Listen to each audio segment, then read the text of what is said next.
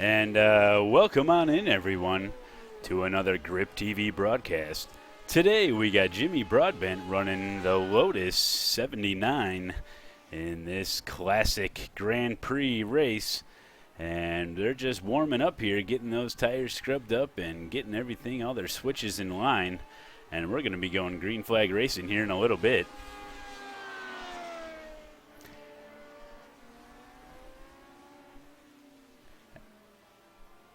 As we take a look at the current standings and how these guys are going to be lined up, this is just for warm-up, and they're going to be getting on the grid here soon.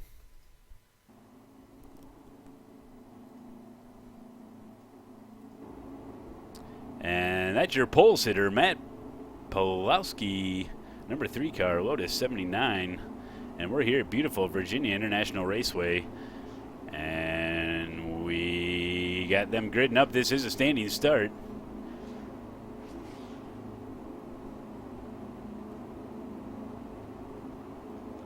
As we take a look at Jimmy Broadbent, he's going to start this bad boy off. He's in the number 7 car. And they're just waiting for the green flag. You can hear them revving those engines. We're going to be going green flag racing.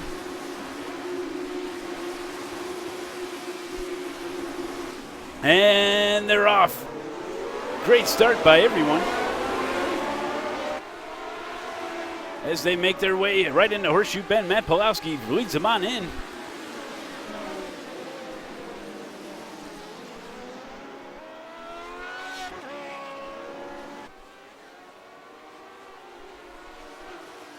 I'll tell you, Malone, it is absolutely mouth-dropping to see these cars on VIR, this kind of car with the big old hams on the back.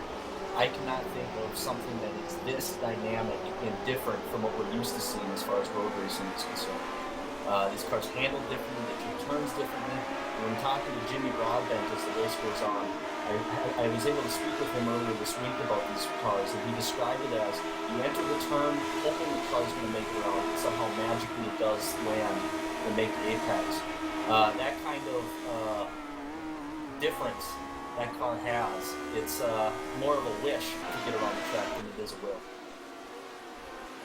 That's right, as these guys fight their way through the first turn, as they make their way through Oak Tree Bend on their way to the long straightaway into the roller coaster. They seem like they've been able to keep it really clean right now. And they're just kind of filtered out here, single file, as we get this race going underway. 30 laps here at Virginia.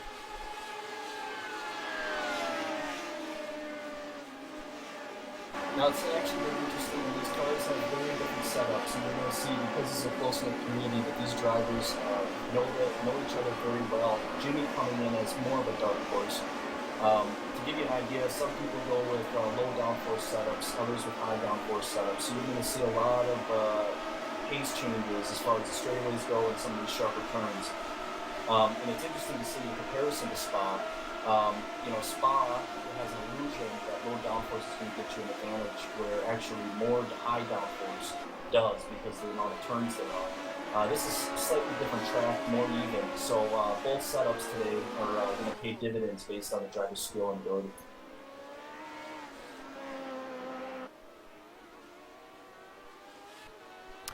And as we're watching Matt Pawlowski, number 3 car, leading Pim Legay at 4.4 second. He's got a 4.4 second lead already, as we got 28 laps to go here.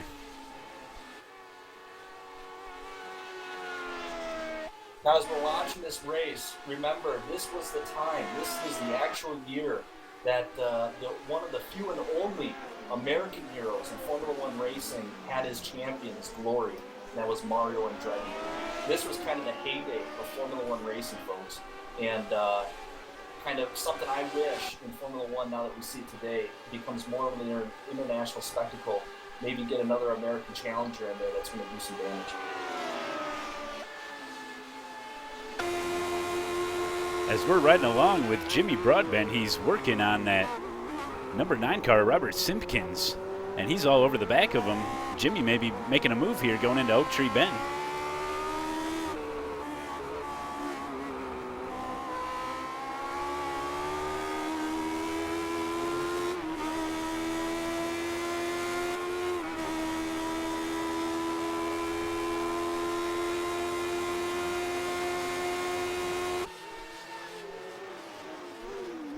as we get a great look at Jimmy B's nice paint job there. Grip TV available on Trading Paints.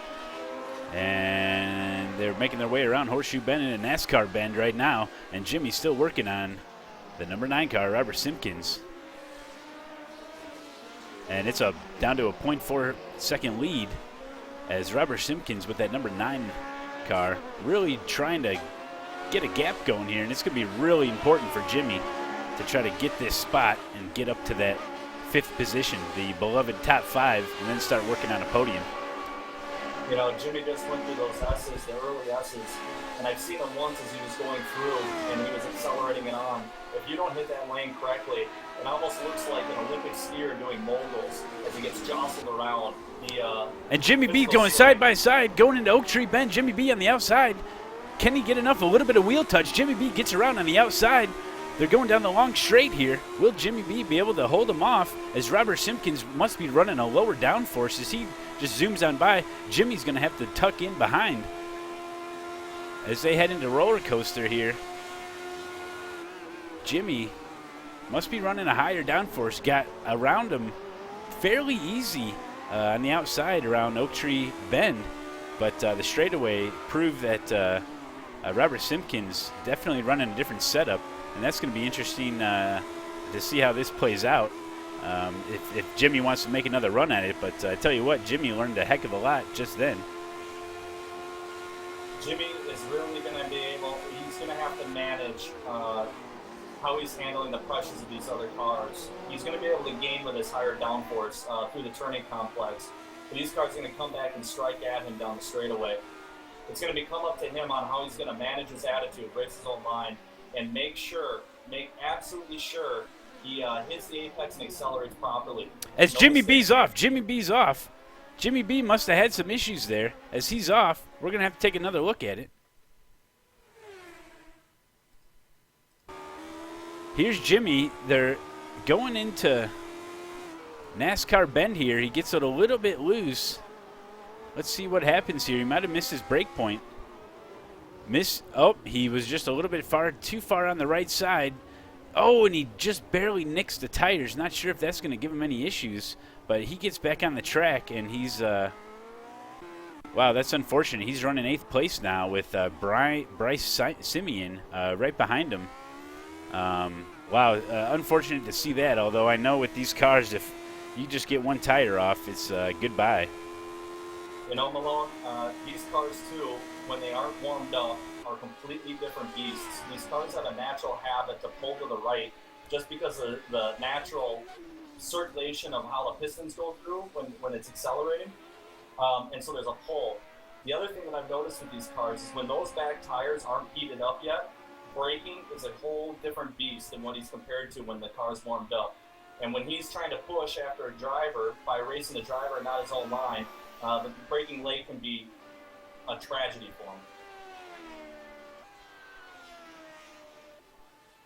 That's right. So we got 25 laps to go. Jimmy Broadbent running 7th place now, as didn't quite see what happened there, but he's up to 7th place. Doesn't look like there's any damage there, so he's just going to keep on going, and he's got plenty of time to get back up there and battle it out for the position that he deserved, for his qualifying score. As Matt Pawlowski leading this thing, it just pulled a 140 flat. Pretty impressive by the leader. Yeah, Malone, it looks like his average is already starting to creep down to 139s. On lap 2, he hit his lap fastest already with a 139.554. That's slightly faster than what I was anticipating as far as race pace goes. So it's going to be a tall order to manage a consistent 139s through this VIR.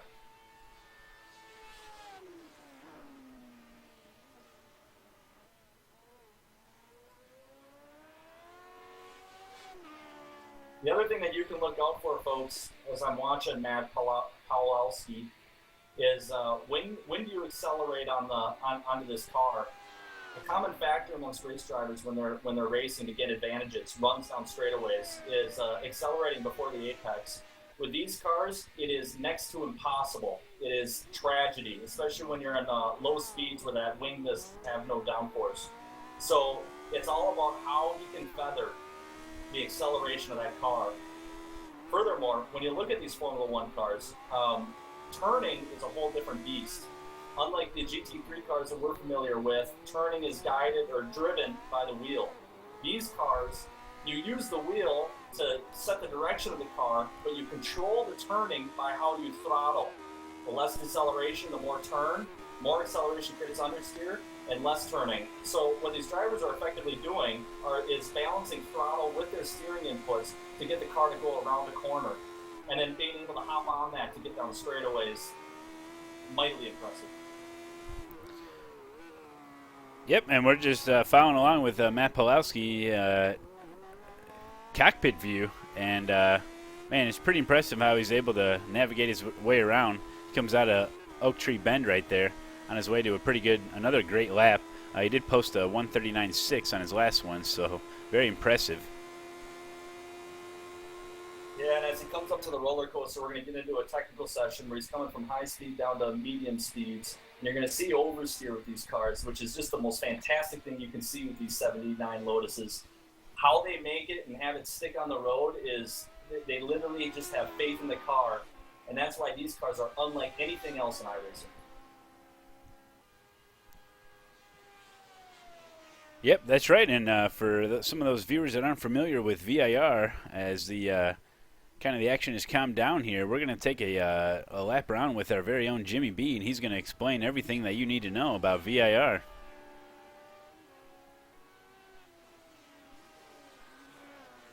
Hello guys, you're on board Jimmy Broadbent here, VIR, the Lotus 79, bringing you a Grip TV sponsored onboard lap. This is how we get around the Lotus 79 now. So we start in second gear and third gear, going on to the uphill there, up to the start finish line on the right there. Go up into fifth gear, looking out for that brake marks on the left, looking for number 3, so we're going to brake. Down into fourth, third, then second gear, getting as close to that apex as we can, using the throttle and the brake to turn us. Getting a bit of understeer mick on there, but we're okay. Flat on the throttle in the second, and then third. Get a good line through here, then straight line the braking before we turn in to NASCAR Bend, I believe it's called. Now the hardest part on the circuit for this car, this slow second gear section here. Lotus really doesn't like the slow speed, it loves its downforce. So we get up into third gear as soon as we can there, using this curb to turn the car slightly. Straight line this part as much as we can.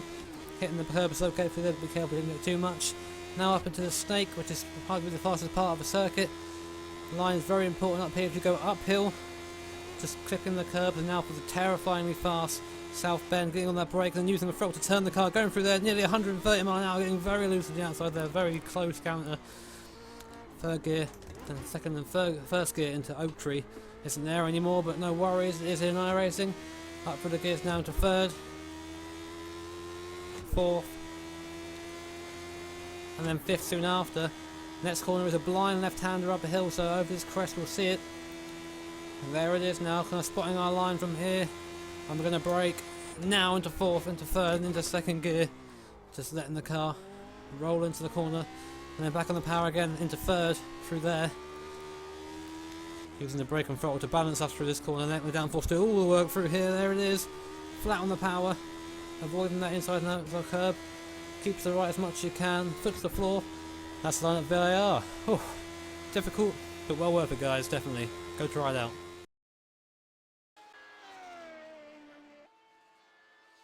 That was, that's right, that was one lap around with Jimmy B as he guided us towards there. And we're just taking a look at Matt Pawlowski back live action here at Virginia International Raceways. We take a look at how our very own Jimmy Broadbent is doing. 7th place, and he's working on Liam J. Murray. Familiar name, saw him in qualifying. Didn't have a good, better qualifying score than Jimmy. I think Jimmy does have the pace.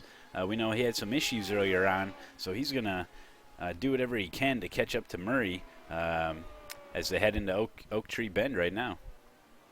Yeah, we'll chalk up the lap 4 incident as excitement. Jimmy has a lot of emotion coming into this race. He's trying to prove a lot here to become more of a consistent driver in this Lotus Grand Prix. And as he's settling in now, racing his own line, it looks like he's getting back down to 141.6s, 141.9s. So we should see improvement as he settles in and gets back to the Jimmy.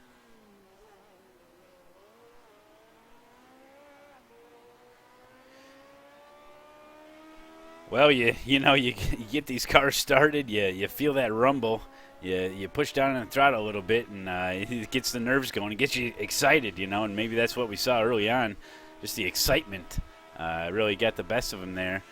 These cars are pretty exciting to jump in. I don't know if anybody out there has, but give it a shot, folks. This is some pretty high adrenaline racing going on here as he's coming around, and he's just trying to work on Liam J. Murray with 21 laps to go here. Plenty of time. Don't know if there's any other battles going on. We might take a look at the rest of the field here. Jimmy needs to be careful about not jumping on the gas too early here. His wheels are getting a little squirrely. I've seen very consistent sticky lines earlier today. But it does appear that he is gaining on Liam J. Murray. And we got another battle going on with Fabian Gerber, the number 8 car, and Julio Cesar Hawar, number 15 car. They're neck and neck here as they're heading into the S's. Could be interesting to see if Fabian decides to make a move here going into Oak Tree Bend, as it seems like Julio really did a good effort there getting through there, increased the gap a little bit as they're coming around Oak Tree Bend. Man, Caesar got really loose there. Doesn't matter, was able to get on the throttle quick enough, and Fabian's gonna try to get some of that slipstream. Maybe he'll make a move here. Fabian stuttered with his acceleration, tried to get on too early to make up for the run here. He did get the slipstream as he's coming in. Matt, if you don't mind this, I'm going to take a little narrative here. Yep.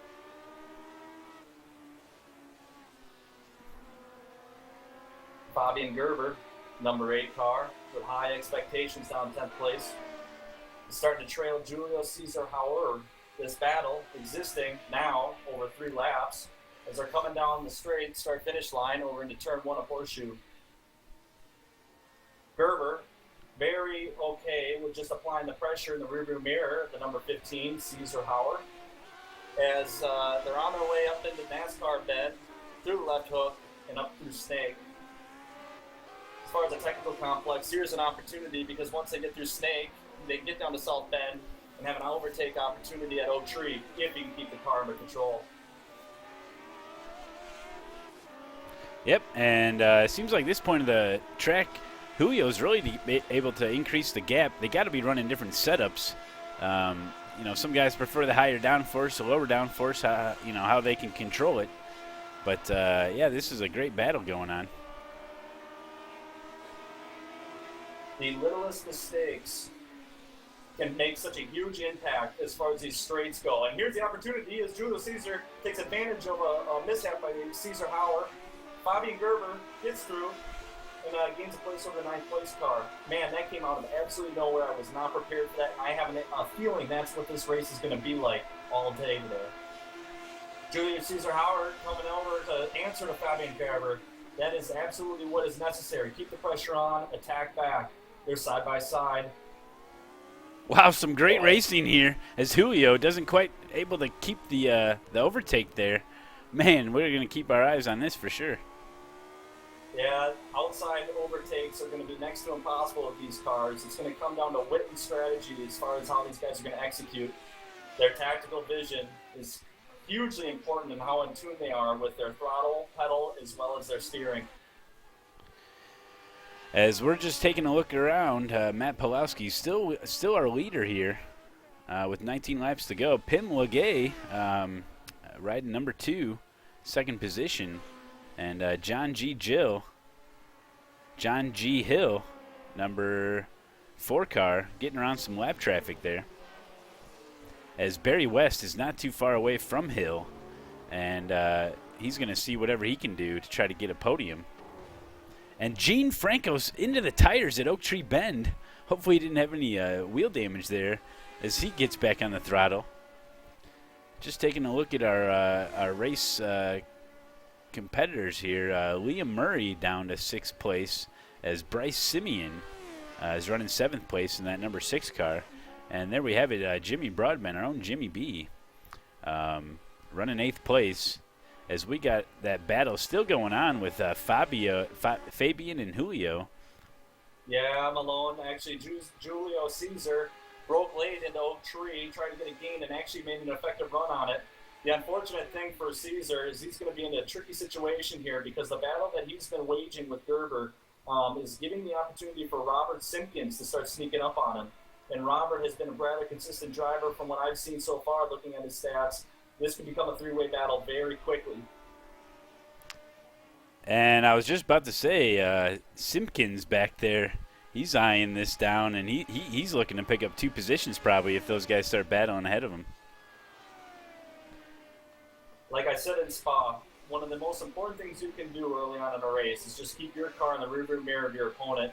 It influences the decisions they make, and ultimately you can cause issues, force issues, by just simply showing that your car is under control in that rearview mirror.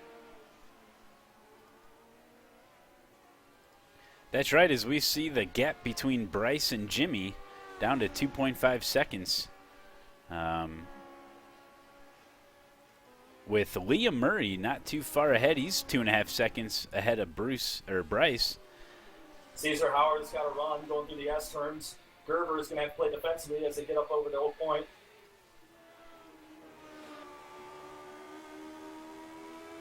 This could be an overtaking opportunity, folks. Gerber taking the defensive line, breaking late just to ensure that Caesar Howard could not sneak a nose in there. It worked out well. Caesar Howard responds, tried to get on the acceleration again, and is not able to stay close with Howard, which is going to eliminate his opportunity to take an overtake opportunity up at roller coaster.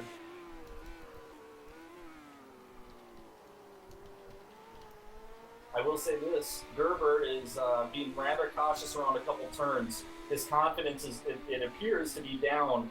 I think this car, he's been struggling with a bit of oversteer as the car has been warming up, and it has really impacted on how he's taking these turns not to mess up. That's why he's giving Caesar Howard so many opportunities to strike. And as we're watching Jimmy B running that 8th place going through turn 1, we're going to take a look at the gap here between him and Fabian and Julio, just to see how much track they have here, how much buffer zone Jimmy has. Howard went off.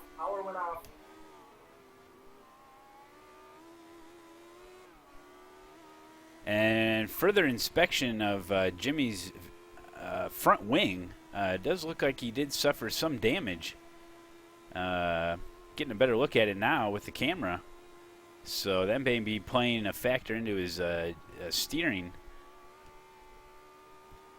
Gerber is not missing a wink now. Now that Howard went off and hit the tires, giving Gerber the opportunity to start attacking Broadbent. Broadbent should be worried about Gerber coming up into his rearview mirror as he has gained tremendously.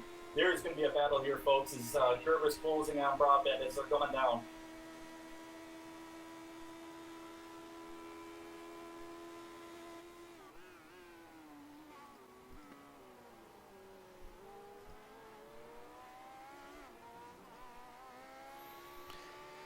And we may have had a disconnect.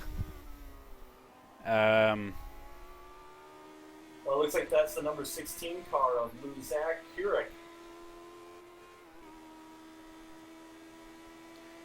But Julio had some issues. Julio is back in 10th place.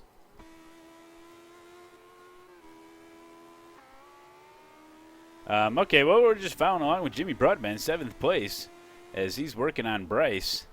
As Bryce is really thrashing around there around NASCAR Bend, and Jimmy's off, gets those tires off. Oh, he recovers very nicely. And I can only imagine that he's pushing this hard because he sees Bryce right in front of him, getting closer, and he's looking to pick up that 6th spot.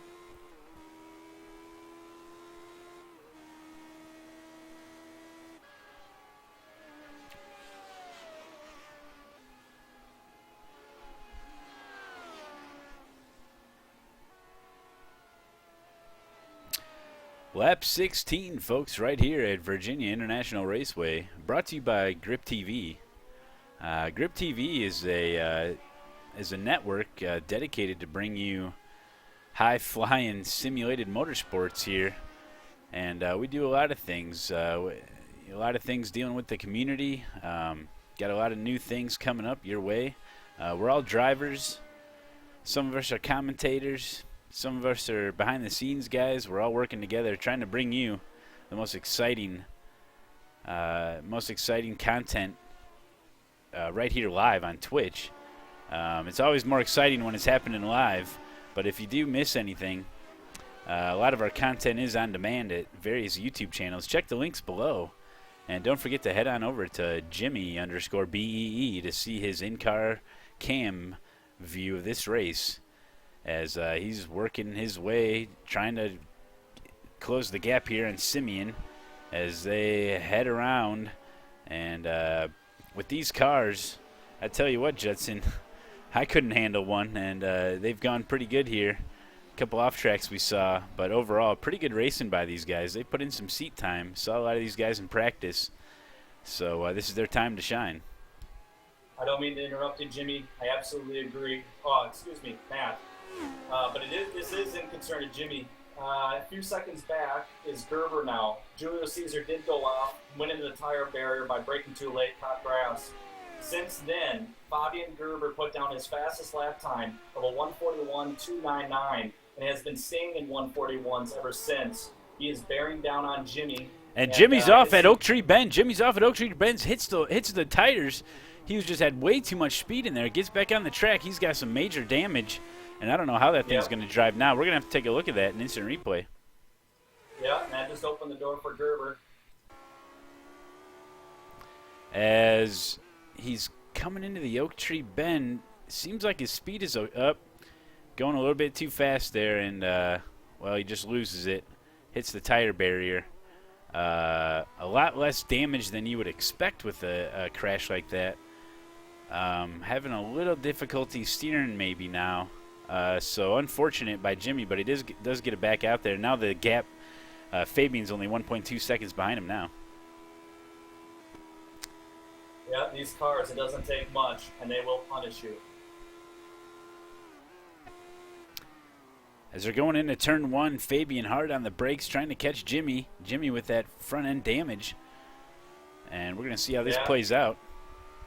Gerber, as he was going through that turn, was riddled with oversteers. He's trying to hop on the gas to get over to Jimmy. He doesn't know that Jimmy's injured.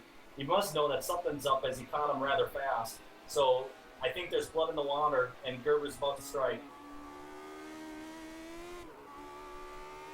As they head through the snake, hard on the throttle. I'm not sure if he'd be getting any slipstream quite yet, but he's getting dang near close as they're full throttle through those S's. Man, that is scary. And coming through the left-hander. See what happens here at Oak Tree. That left-hander that we just went through is a high-flying fourth-gear left-hander. A lot of times they power slide through that thing, and it's the scariest turn on this entire track. Jimmy feathered himself very nicely at Oak Tree. Was able to get on the gas, and he's able to hold off Gerber. It looks like he's got life to fight.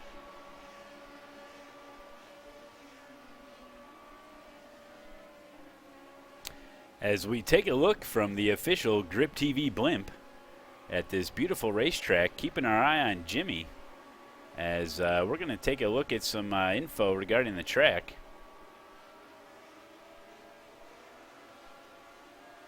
It's 76 degrees here in Virginia with the humidity at 51%. That wind speed coming out of the north at 5 knots. Most important, track temperature 102 degrees here. So very interesting is Jimmy's still trying to hold off Fabian. Malone, we also have Bryce Simon and Liam J. Murray in a battle in front of Jimmy Broadbent as well. They are tightening up increasingly. Bryce Simeon, a Frenchman, has been taking these turns rather aggressively, and seems like he's putting together a combination to attack Liam here shortly. Yep, that's right, and that's Liam Murray with the number 14 car. Saw him in qualifying. Man, that would be a great showing for him if he could get remain top 5 with that number 14 car. But Bryce has different plans.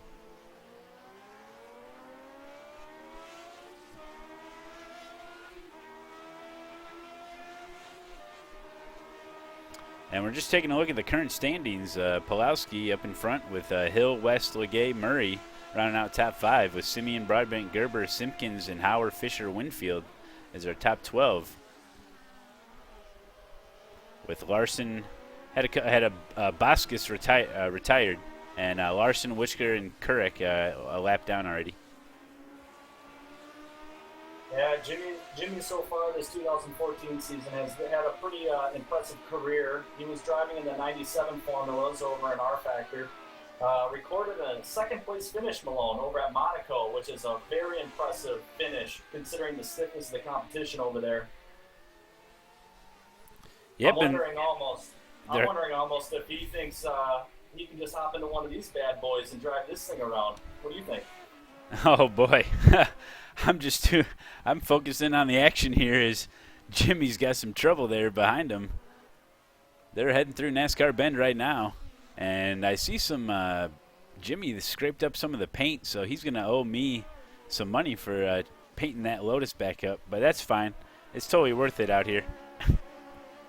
As Fabian's all over him. He navigated the snakes nicely on the way up to the high-speed S's.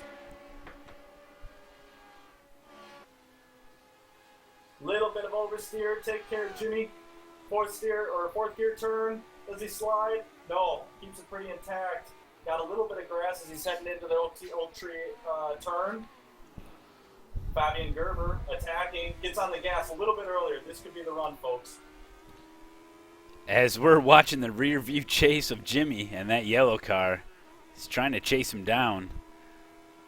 It appears, I think, that Fabian Gerber, too, is running about the same. Here's the overtake. Fabian Gerber dipping on the inside. Peak is a peak. Just letting Jimmy know that he's present and willing to attack. Jimmy answered appropriately, kept racing his line, was able to hold off Fabian Gerber in a game of chicken. Fabian, however, now on his back, about 0.2 of a second, has to now respond. If Gerber wants to start raising up the podium, he needs to get around Jimmy now. There's a sense of urgency in this race to make progression as the lead is running away, as he dips back on the outside. And they almost touch. Jimmy. Oh, they did touch. The wheels did touch, Matt. Okay, I didn't quite see that on my screen. Maybe been some netcode as Fabian just has to let off there and see if he can try it again on lap 11 here. Or 11 laps to go. In this racetrack with these cars, there is no way that you can hold an outside overtake. That is simply Fabian Gerber telling Jimmy that he is there, that he's present, and has no respect for Jimmy's racing line. Jimmy needs to answer, and that's by putting down fast time or lap times. Yeah, a lot of times you get these faster guys like a Fabian, and he was running pretty good and had some issues, and he falls back, and a lot of those guys just expect the slower cars to get out of the way, but guess what? It's a race, and as they come through Oak Tree Bend, both of them getting a lot of curbage, a little bit of dirt there, trying to cut it as close as they can so you can get it on the throttle, and Fabian looking to catch some more draft here. Yep, Fabian jumped out of Oak Tree a lot earlier, and here's the overtake opportunity. It should stick. Jimmy needs to respond quickly. However, this track is not keen on responses quick. He's going to have to wait till the next lap.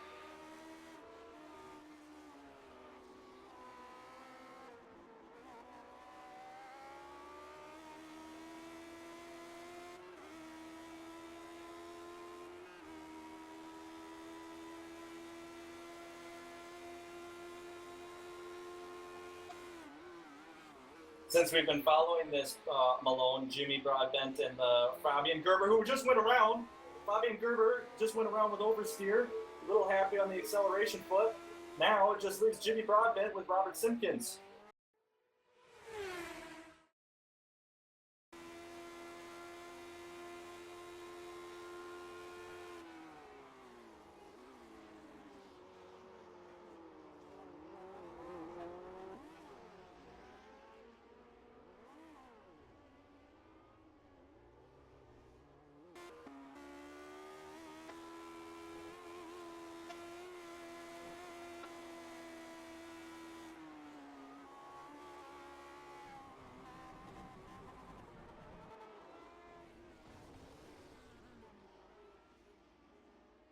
Yeah, that's not recoverable. Oh, that's too bad for Jimmy.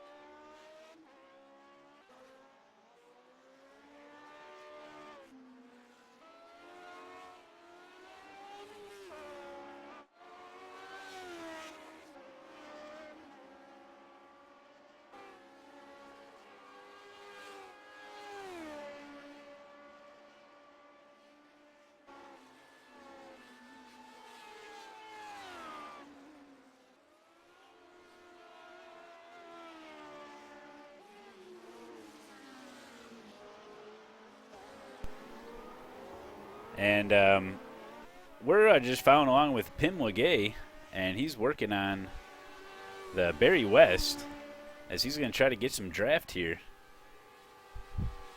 So some good battles going on late in the game with only 8 laps to go, and we're going to see him chase down for second place here. As John G. Hill, Barry West, and Pim Legay all going at it for that second place. As they got a pretty good gap here. 5th place, Liam J. Murray, pretty far back there. It's a 19-second gap. And holy cow, as they head past the start-finish line, John G. Hill going to be hard on the brakes coming in turn 1. Can Barry West catch up? You know, this race is as much a driver's skill race as it is managing the mental stress. I can't believe how quick these other Formula One cars are able to bear down on these drivers in these overtaking opportunities down these straights with late braking. And as we see the number 4 car, just taking a look at his vehicle, doesn't look like he's got any damage. Looks like he's been able to keep his race car nice and clean, which is always very important if you want to get in the podium and place well here.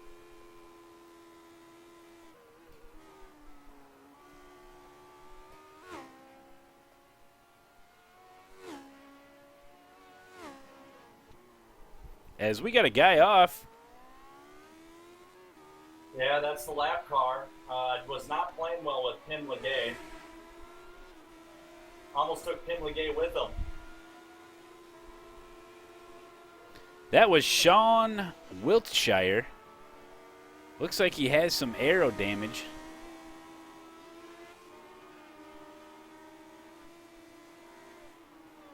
And as that number 13 car, yep, he just loses it on the South Bend. Good thing he didn't get into anybody there, but unfortunate, these lap cars. Looks like he had some steering issues, but good thing. That could have been a lot worse. Pim Legay is not phased by the events. It looks like he's challenging Barry West.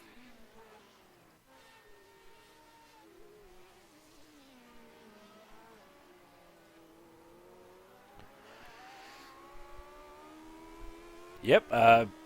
Number 2 car of Legay, he's eyeing down that podium. He wants it from Barry West, and with only 7 laps to go, it's definitely doable. Mind you, in the last laps, lap 19, he's already posted a 140.497, his hottest of the day.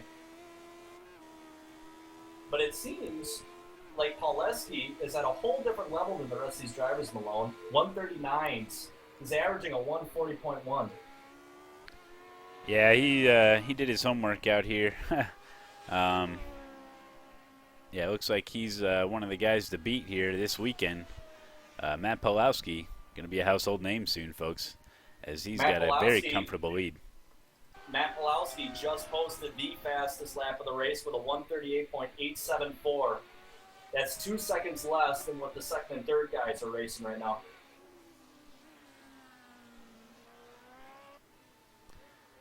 As the battle continues here, John G. Hill just got around some lap traffic, and Barry West not too far away, as he's going to have to deal with the same lap traffic heading in here to Oak Tree Bend.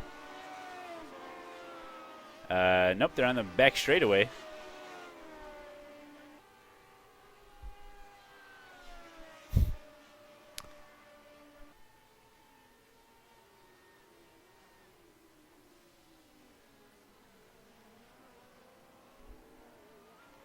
Barry West trying to work on some traffic, gets around, might have slowed him down, and Pim Legay right behind Barry, looking to make a move, uses the lap traffic as a tactic there to see if he can get ahead. And now they're going through the snake here. Got to get on the throttle as quick as he can. It's a really fast section here. And man, Pim Legay is really thrashing it around there, doing everything he can to catch up to Barry. First, you got to catch him, folks. Then you have to pass him. Yeah, but Malone, don't discount the fact that that car's sitting in his rearview mirror. Like I said, it can influence the decisions he's making as far as getting on the gas too early. That's where a lot of these mistakes have happened, and it's happened right here. As we see him going full throttle at Oak Tree Bend, will Barry West be able to keep just enough distance from him so that Pim Legay won't be able to make any moves? As you can see, Pim just really catching a lot of draft here. I suppose fuel's going to start. Oh, and Barry West is off. I was just going to say, fuel and tire heat is playing a factor at this point, and Barry, braking late, got his tires in the grass. I can't believe he was able to hold on to it. Yeah, very lucky not to lose a whole bunch of time there. He does get it back on the track, and with 5 laps to go, I'd imagine Barry West is going to want to make a run at it here, try to salvage what he once had. I told you, Malone, it's about the pressure. It's about being in the rearview mirror. The drivers in front of you are bound to make mistakes the more that they think about you. Yep, when you're looking in that rearview mirror, it means you're not looking at the road. And, well, you can have mistakes like that, as he just showed us. Yeah, Barry's doing a little bit of oversteer. He better take care of how he's throttling through these turns.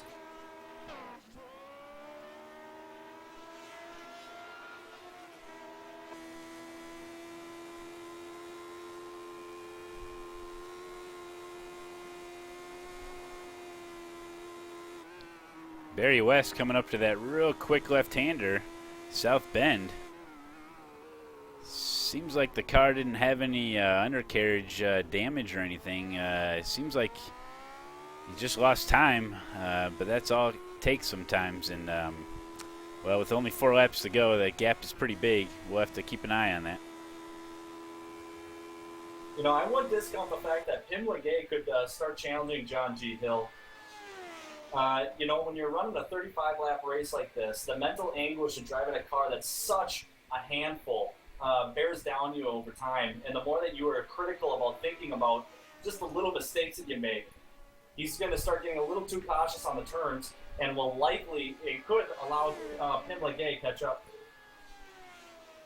Yep, as we look at the gap right now, 3.3 seconds between John and Pim.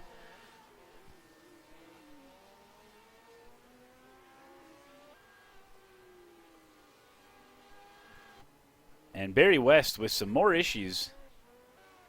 He falls even further back, so Pim Legay can totally forget about him and just work on John G. Hill, as the gap is only 3.3 seconds now.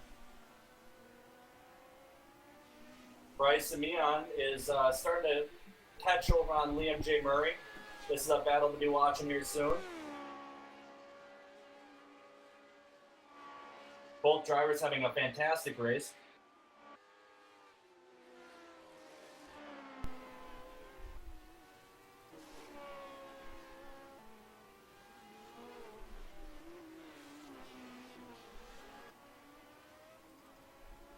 And as we check back, I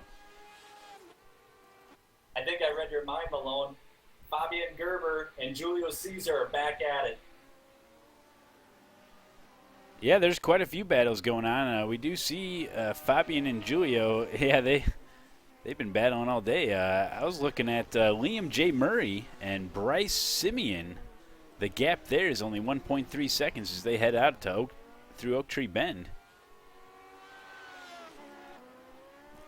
Keep a live eye on all the action here.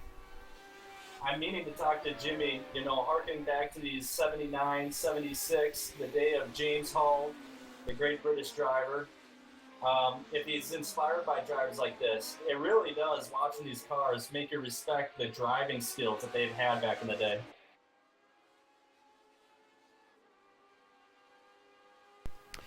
Yeah, it really is amazing to have these throwback races here. Is there any info or tidbits you can give us from this era of racing? I can. What do you want to know?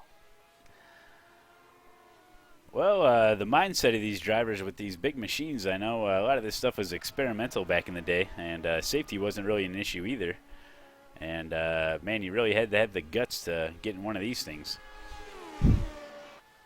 Well, you know, the 1978 season, which debuted these cars, was kind of reigned supreme by Mario Andretti. Of course, you have your usuals, Niki Lauda, you have John Watson, Gilles Villeneuve, sorry. James Hunt, who was big in the '76 era. You know, when you look at the time back then, this was when Formula One started to really reel in from the really dangerous times when the cars were far more experimental.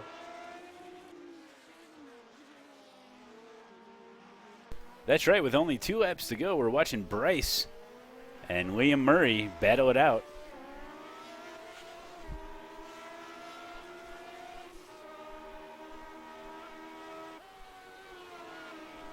And Caesar off, back on the track.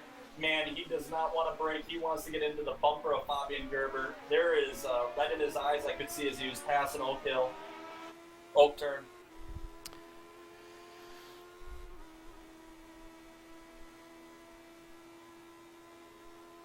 Yep, Julio trying to get as much draft as possible here as they're battling it out for 8th place. Julio very hard on the brakes there, getting real close to the bumper of Fabian as they're continuing to thrash it around. Julio wants his spot back without a doubt. He was going to get Gerber early on in this race and slipped up, and now he knows he has his opportunity. Expect some reckless driving here as they almost even out. Gerber okay with Julian taking the outside line.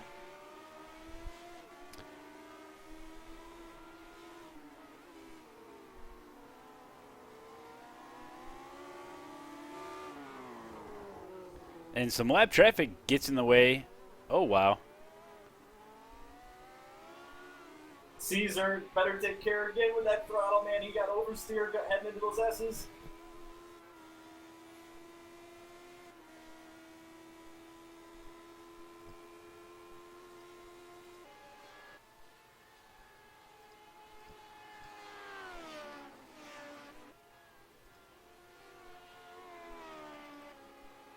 And that other battle with Liam and Murray is heating up as Bryce goes to the outside just a look. And take a look back at the leader. He almost gets into some trouble with some lap traffic heading on to Oak Tree Bend. Holy cow. And we're getting real close to the end of this thing. Tim Legay, 3 seconds back from John G. Hill. As anticipated, there might be a battle for second.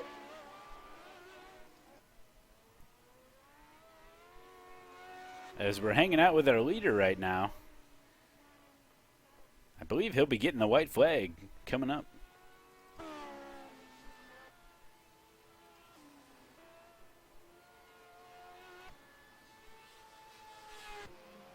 I look back, Liam J. Murray and Bryce Simeon are within 0.03 of a second of each other, bearing down as they're going through Snake.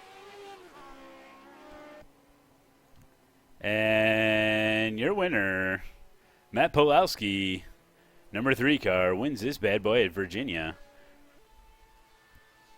Very impressive. Very impressive.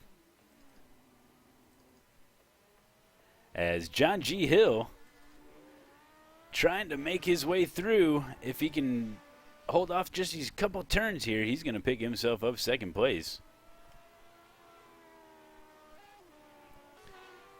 As we see Pim Legay, no chance in trying to catch him here as they cross the line. John G. Hill, second place. Pim coming in third with that number 2 car. As Barry West crosses the line, fourth place. And Liam and Bryce still going at it here. This could be a showdown here as they're heading around. Bryce with a little bit of damage. Coming through Hog Pen. Is it going to be enough? Can he catch enough draft? It's going to be close. They cross the finish line, and Bryce with just not enough. 6th place for Bryce. Yeah, Bryce risked it a little bit earlier back in Roller Coaster. Lost his opportunity. As we're taking a look at results, in Julio crossing the line, he's going to get 8th place. Robert was 7th. So here it is, folks, from Virginia. Pawlowski winning this thing. Very impressive driving. He's going to take home that trophy, folks. And John G. Hill getting 2nd place. Ended up getting 1 position off there. Started 3rd, ends up 2nd. And Legay loses 1 position from the starting grid. He ends up 3rd place. West in 4th, Murray 5th. And very impressive by Murray. He's able to pick up 5 spots from the grid start. So Murray, very impressive there. And Simeon picks up 5 spots as well. The loser here, Simpkins, loses 3 spots. And you can see him right there, folks. Simpkins, Gerber, Hauer, Fisher rounding out the top 10 as this race gets closed up here. What a great day. What a great race. Some great incidents, some great wrecks, some great passes. Just a beautiful race all around. As Wiltshire, Carrick, Broadbent, and Boskus rounding out the leaderboard here. Broadbent, not too good there. Loses 7 positions, and just unfortunate he had some trouble.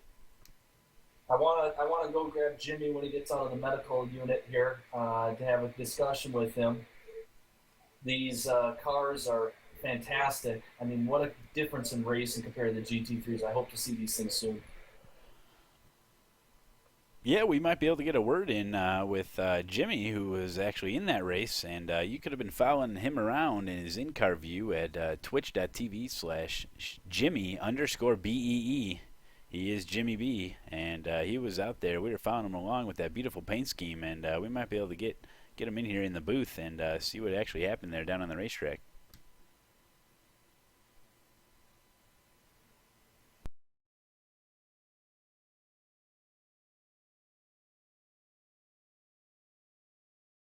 Hey there, Jimmy. How did you check out the medical center there, mate? Well, I've broken both legs, but I'll be racing next race because I'm from the 70s and I don't give a shit, basically. Oh, fantastic. Hey, Malone, can you switch off your mic real quick? My mic seems to be always on. I could hear myself talking. It was fantastic. I love hearing myself talk. Yep, and Jimmy's here, and what exactly was going on there? See, you had some incidents. I know it's a tough car to handle. How do you feel you stacked up out there? I think the experience really my lack of experience shows there. I made a couple of very silly mistakes, right? Just locking the tire and going wide. The thing that claimed me was the corner that I thought would get me if I was going to retire, which is the I think it's called South Bend, the fast left-hander downhill. I just hit the outside of the on the dirt and then went flying into the left side of the wall, wrecked the car. I got it towed, but it was done. So big shame that happened, but that's how it goes sometimes. Jimmy, what I've noticed here is that you were able to touch 140s, fast laps. I mean, obviously Matt Pawlowski was averaging 139s. He's a whole different beast than the rest of this field. It's got to feel pretty good for you being in race. I mean, you were right there as far as race pace goes, and consistency will come with time and experience, as you mentioned.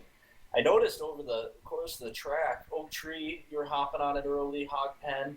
Talk to us a little bit about how you navigate this car, driving, managing the turns through the throttle, and then getting on the gas. I mean, that must do a lot of wear when you're being challenged from behind.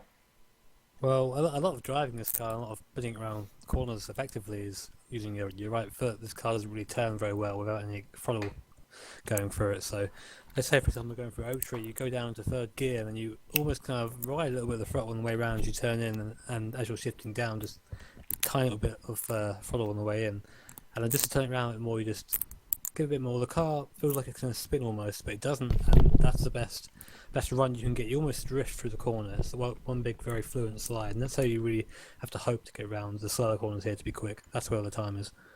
Now, last time we talked about these cars, we were standing around having a cup of coffee. You mentioned almost as if you have to pray that these cars make it on the turn, and by the end of the turn, you said it just happens. I mean, how do you plan a race strategy around that? I mean, these races are fairly okay for strategy, seeing as it's a race that doesn't require a pit stop, so it's maximum attack from the get-go. Well, give it a couple of laps first, so let the car warm up, and you start making your way forward. Kind of mentally, you have to prepare yourself just to run laps and make little mistakes. But today, I got a little bit annoyed at myself for making mistakes. Obviously, I had the broadcast from my perspective as well. I wanted to put on a good show, and I just got like the stress got to me as it does. So like, that's something I need to work on for the next race. Last thing I want to leave you with, I don't know if Malone has anything else, but Fabian Gerber. As far as we haven't. This is the first time we broadcast these Formula One cars here on Good TV, and I think it's a whole different mentality in so many different facets. You mentioned the turning of the car, the pressure that happens. Now there's sheer speed down these straightaways, and the way these guys have downforce packages set up, you see just a difference of car between drivers. And you were consistently in a battle with Fabian Gerber. He ended up passing you. I think it was around lap 12. I think. And one thing that I mentioned, I said is, respond, Jimmy, respond. What kind of pressure, seeing these cars bear down on you in your rearview mirror? How does that influence as you're going through these turning complexes? Are you jumping on the gas a little bit earlier? Do you feel like your foot's getting heavier? Or Yeah, I mean that kind of happens. I think whenever you're being chased, it takes a very cool person to be able to resist that sort of pressure. I mean, I can see on my relative obviously that he's bearing down on me, and that it's 4 seconds, now it's 3 seconds. And he's just catching me and catching me, and I've got to do something about it because he's gonna get close to me. So you always try and do that little bit extra, and that's when the mistakes come. I think it's a matter of trying to just be consistent as you can, because it might have been Fabian who overtook me, and then spun straight afterwards. yeah. I was that I could have just kept going. If I was consistent, I would have beaten him in the race. But yeah, it's difficult to maintain that feel. Like you said, you need to keep it as light as you can. So as far as a bit of a teaser, should we see you in this car next week? Well, we'll see. I hope so. I believe it's at Interlagos next week, if I'm Yep. correct, maybe. And I'm a big Yep. fan of Interlagos, so stick around. Yeah, Well, take us that's with you. right. That's right. You heard it right here. Special race coming up next week with Jimmy Broadbent, and we'll be here to catch all that live racing action for you guys. Any closing thoughts, Judson? A fantastic race. I mean, complete night and day between GT3 racing. Look forward to also broadcasting some of the Mustangs coming up. But as normally, sorry for the technical difficulties again with our audio. Matt and I are trying to figure out how to work together. I think he was playing a nasty little trick on me. He knows that I love to hear myself talk, so he quite literally had me listening to myself talk. But great commentary. Always a real pleasure to be with you, Malone, as well as the Grip TV faithful. Jimmy, great drive. Can't wait for the next one. Yep. Thank you, Judson, and thanks everybody for watching. Yeah, just hold with us, folks. We're trying to figure this all out. No sabotage was done here. Just some ignorance on my part, but we're gonna get that all figured out and try to get you guys the best broadcast here as possible. And we're always welcome for suggestions and everything. as a comment, you got to remember that Malone and I are hobbyist racers at heart. So we really like behind the scenes as we're getting ready for these broadcasts. We're spinning our tires, super excited, getting things going. We have 5 minutes to get in. It's an actual whirlwind, and that's why I think it's thrilling to throw on these casts. And I mean, who cares, man? I mean, it's the ShowDown voice that really counts, right? That's right. I just hope that everybody enjoys it, and we'll get all these things ironed out here. And, well, just a wonderful race, and glad you could make it. And there'll be a lot more coming your way as we sign out here from Virginia International Raceway. Remember, folks, your winner, Pulowski, bringing home a victory. And we'll see you next time right here on Grip TV. Don't forget to check out griptv.org, your place to get signed up, meet the community, start posting stuff, folks, start getting interactive, start getting involved, and we'll see you on the track.